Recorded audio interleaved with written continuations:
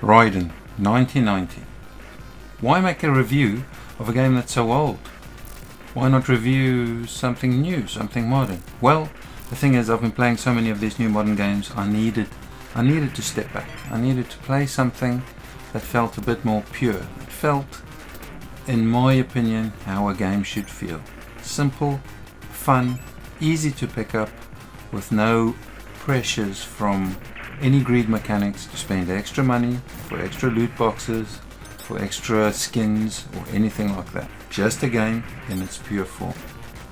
Being a retro shoot 'em up fan, this sort of jumped out to me straight away.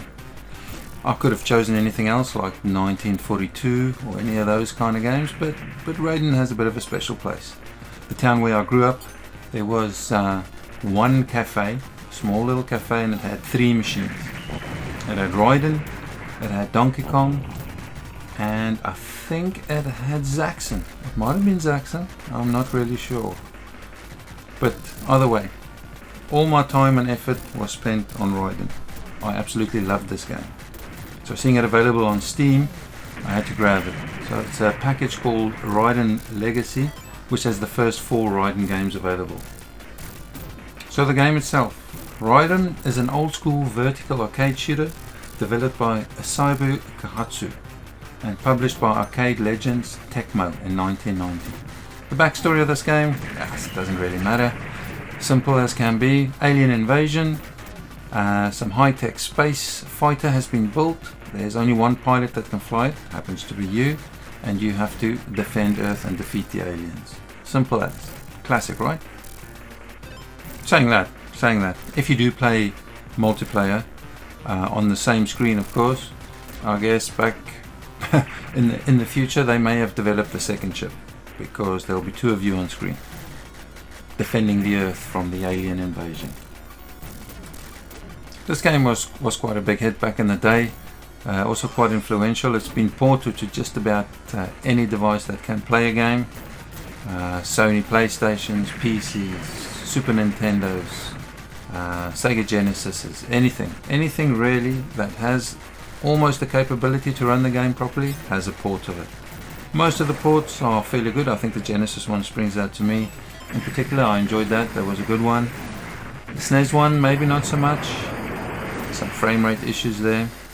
But yeah, even the Atari Jaguar got a port of this game, which I think is actually a very, very good port as far as I understand. So on screen, what you're seeing now is the Raiden Legacy version from Steam. So this is obviously the first in the set of 4 games in that collection. I don't think it's the world's best port. I think the sound is a bit faint and it doesn't seem to remember your high score even if you save it. But the actual physical gameplay seems quite spot on. Maybe a fraction slower than the original arcade version and not as absolutely smooth. It doesn't feel as hectic either. I think the bullets or the projectiles seem to be moving a little bit slower, but that just might be my perception of it. I'm a lot older now, and slow things do feel like they're moving a lot faster. Later on in this review there is some footage from the arcade version of the game, so you can compare for yourself. See what you think. I think the original is always going to look better, even though I believe this is running on an emulated subsystem, so should technically be the same, but yes, nothing beats the original hardware ever. So what's actually going on screen? What are we doing? How does this work and what are the mechanics? The basic mechanics are dead simple. It's a top-down scrolling shooter. You control your fighter and face tons of ground and air-based enemy units. There are also power-ups that you can collect from shooting carrier ships. They will drop a red or a blue power-up, sometimes also a missile power-up, but what that means is you get the red one as a projectile cannon-based power-up which increases the spread of your weapon, or a blue one which is a laser-based weapon which increases the power of the actual weapon. So depending on your style of play you would have a preference. For me, I prefer the spread weapon because it reduces the amount of dodging that I need to do, which is already a lot in this game. There is a lot of avoidance going on non-stop.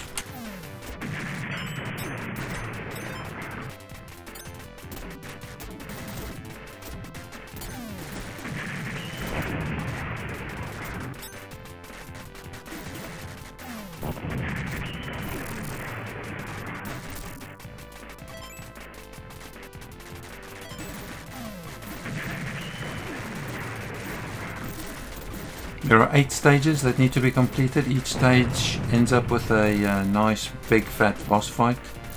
Boss fights aren't too dissimilar to modern boss fights in games. You have to learn the pattern, the attack patterns, the projectile patterns, avoid being hit, and use your opportunity and your bombs at the right times to take down the bosses at the end of each stage. After completing all 8 stages, there's a nice big fat points bonus, points being the main drive in this game. How many points can you amass basically per playthrough? As you can see from my current play, that it's not an amazing score, but it gives you an idea of how the game works, how much fun it is, and if it's something you would like to try. So basically it's a dead easy game to pick up and play. Nothing to learn, few buttons on a gamepad, fly around, shoot stuff, don't die, drop a couple of bombs. But it is extremely difficult to master. It's not everyone that's going to get through all 8 stages on a single credit without dying.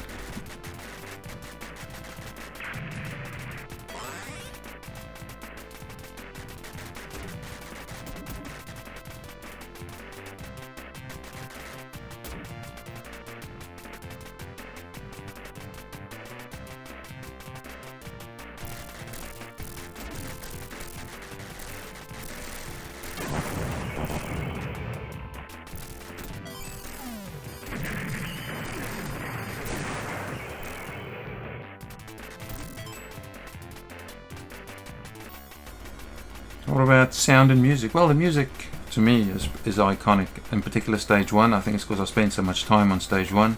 I really enjoy the soundtrack. The sound itself can be a little bit tinny. I would have preferred a bit more bass and thump to the sound of the guns. But keep in mind, this is 1990. I think the developer did as well as he possibly could with what was on offer, what technology was available back in the day.